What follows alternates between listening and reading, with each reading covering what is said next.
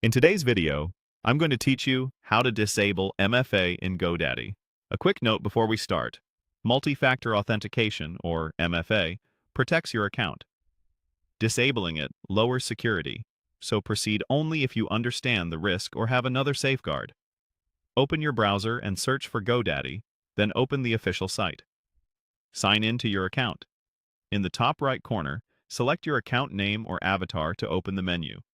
If you don't immediately see the menu, make sure you're on the main dashboard after signing in. The header bar should display your name and a small profile icon.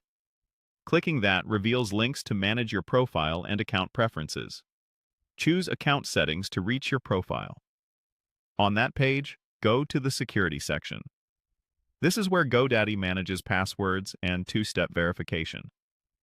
The layout may vary slightly depending on your region or recent design updates, but the wording is consistent. You're specifically looking for anything labeled Security, Two-Step Verification, or Verification Methods. Give the page a moment to load if your connection is slow.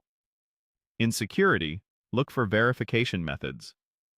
You'll see the MFA options currently set up, like text message, an authenticator app, voice call, a security key, or backup codes. Decide which specific method you want to remove. If your goal is to fully turn off MFA, you would remove every method listed. If you only want to stop using one, select just that one. Keep in mind that removing a method you still rely on could make signing in harder later. Next to the method you chose, click the three-dot icon to open its menu. This is sometimes called the Overflow or More Options menu. Select Remove. You may see a short explanation of what changes when you take this action. Read it so you're certain you're removing the correct method, especially if it's currently your primary way to complete sign-in. When prompted, confirm deletion. GoDaddy may ask you to verify your identity with a code sent to an existing method or by re-entering your password.